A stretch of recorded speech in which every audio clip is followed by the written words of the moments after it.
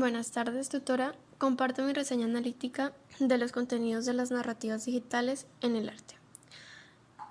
Primero, el arte libro o libro de artistas en su dimensión digital, el libro arte y el hiperlibro arte.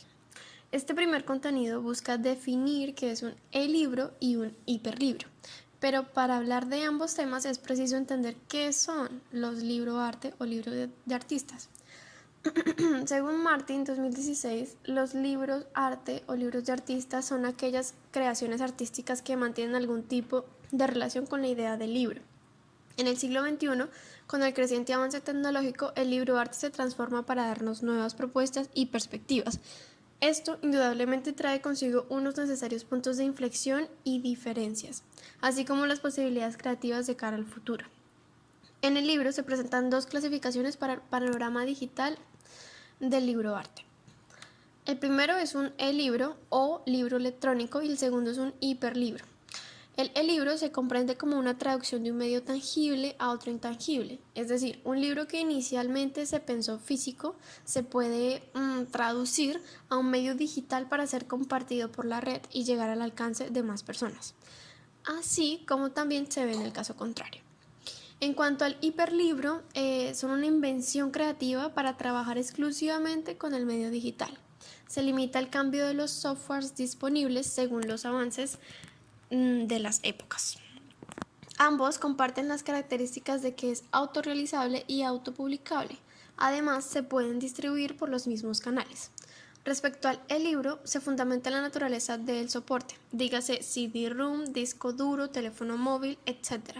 Mientras que el hiperlibro se fundamenta en el tipo de estructura de la información, con una red de nodos interconectados por enlaces.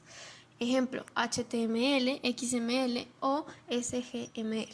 Es importante mencionar que todo documento digital es un documento electrónico, pero no ocurre lo mismo al revés. No todo documento electrónico es un documento digital. El libro analiza las posibilidades del hiperlibro arte, que se produce exclusivamente mediante estructuras tecnológicas digitales interactivas. En el hiperlibro, la secuencia es polimórfica, aleatoria, no lineal o multilineal y multisecuencial, favoreciendo una lectura y estructuras con múltiples direcciones. Aquí también se resalta la importancia del lector-espectador como agente activo. Segundo, narrativas transmedias, nuevas formas de comunicar en la era digital. Este segundo libro nos habla sobre las características de las narrativas transmedia, dentro de las cuales tenemos que una parte de los receptores no se limita a consumir el producto cultural, sino que se encargan de ampliar el mundo narrativo aportando nuevas piezas textuales, de tal forma que una de sus principales fórmulas, por así decirlo, para este interesante fenómeno se resume en industria de los medios más cultura participativa de los usuarios da igual a narrativas transmedias. Uno de los puntos de inflexión del libro gira en torno a las últimas décadas y cómo se ha venido ampliando o fragmentando, como lo dicen, en el escenario de la comunicación. Pues anteriormente el único elemento de entretenimiento era el televisor y a lo sumo 2 canales nacionales. Sin embargo, poco a poco más y más canales entraron a competir por la atención del espectador, así como también más elementos electrónicos, tales como la radio, el internet o los videojuegos. De gran magnitud se ha presentado la fragmentación que muchos incluso consideran necesario mudar de término para denominarla automización de las audiencias. Por lo tanto, el panorama de la industria cultural se muestra lleno de experiencias de consumo mediático que escapan a los medios tradicionales. En España, por ejemplo, las producciones transmedia son incipiantes y limitadas, sobre todo si las comparamos con las obras estadounidenses. Mientras en América Latina la cosa es todavía más apagada, pues su máxima fuente de espectadores se encuentra en el mundo de las novelas y en general el libro también expone las situaciones en las que las grandes industrias del cine clásico tendrán que evolucionar con las transmedias si no desean desaparecer. A su vez, toca temas legislativos españoles, los cuales todavía no se saben cómo se protegerán las nuevas obras en donde cualquiera puede aportar y alimentar el proyecto. Todos estos elementos aún son muy nuevos y no se han sentado las primeras bases para conocer cómo se procederá. Por otro lado, el universo cultural transmedia no se limita a las narrativas de ficción o no ficción, también las encontramos en ámbitos culturales como el teatro o la música.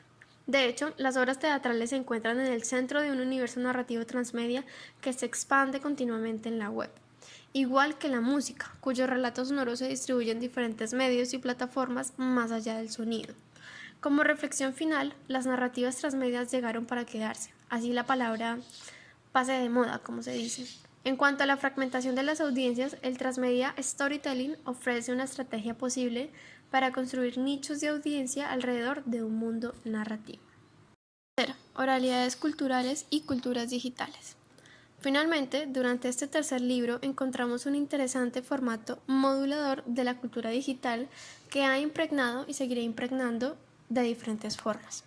Así, se presenta el extraño proceso que atraviesan las oralidades culturales al ser repotenciadas por las culturas digitales.